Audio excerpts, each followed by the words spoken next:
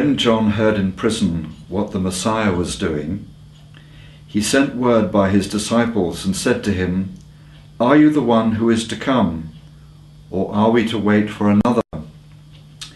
Jesus answered them, "Go and tell John what you hear and see.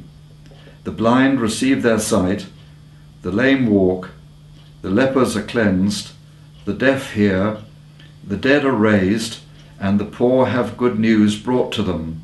And blessed is anyone who takes no offense at me."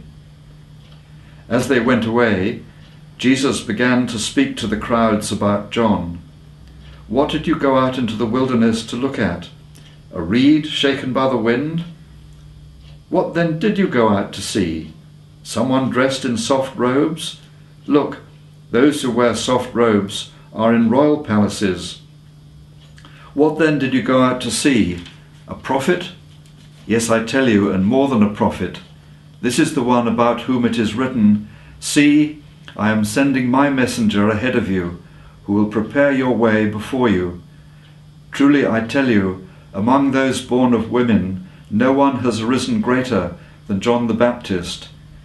Yet the least in the kingdom of heaven is greater than he." I think my first reaction on hearing this passage is, first of all, to feel some real sympathy with John the Baptist, who's in prison for speaking his mind, and then the wonderful reassurance that comes from Jesus. Go and tell John, this is what's happening. Yes. You haven't been wrong. Right. You know, you're on track, and yet he's paid quite a cost, hasn't he? Yes, well, John paid the cost of daring to criticize the rulers of the time for their corrupt lifestyle. But what this passage is doing is confirming that Jesus is in fact the Messiah that John was predicting. Was proclaiming. Yeah. Which of course we heard about last week when we talked about the earlier passage from That's from Matthew right. last week. But you can see here that when John proclaimed the kingdom, he was talking this message of judgment, of sort of clearing the rubbish out of the way. And what comes through is this amazing person, Jesus, full of life, who is healing and raising up and all these things that are mentioned in the passage. And you don't get that in John. He's the critic, the conscience. Right. So it's with there's a much more positive message with Jesus, isn't there? The wholeness is coming through. This is the kingdom. This is the kingdom. When people actually get healed and raised up and given new life. And yet for me that raises a problem, because there are many people who aren't healed, who don't feel that fullness. And certainly I have difficulty with certain church groups who preach a sort of a wealth and wholeness gospel, which seems to be quite shallow and superficial and doesn't take seriously the very real problems that people have to live with. And you and I both work with people like that constantly. We have people coming our way. How does that work?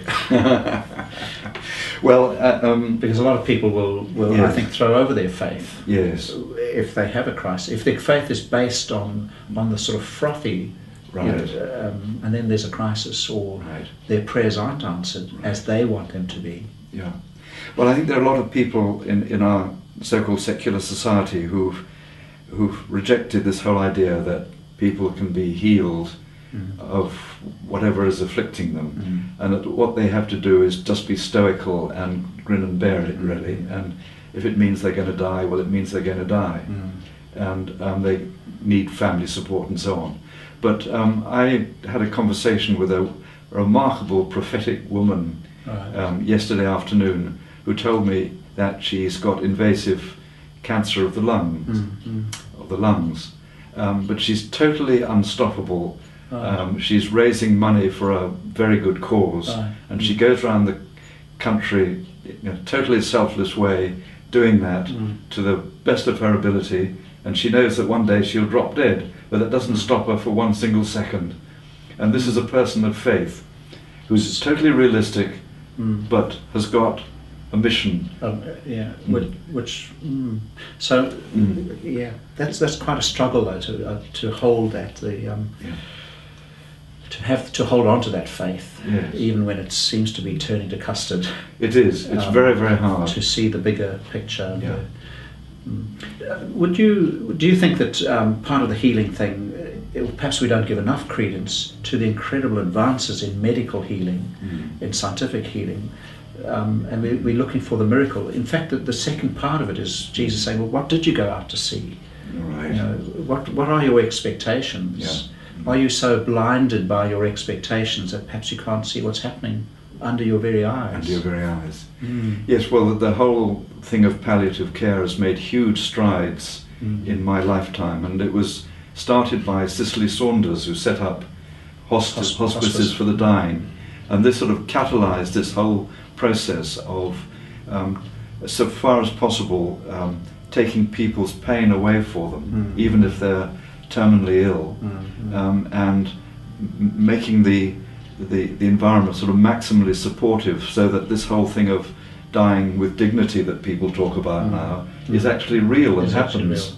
It's not just a theory. And perhaps, again, we're not far off Christmas now. In our prayers and our thoughts at Christmas time, we should be remembering people who will be facing their last Christmas.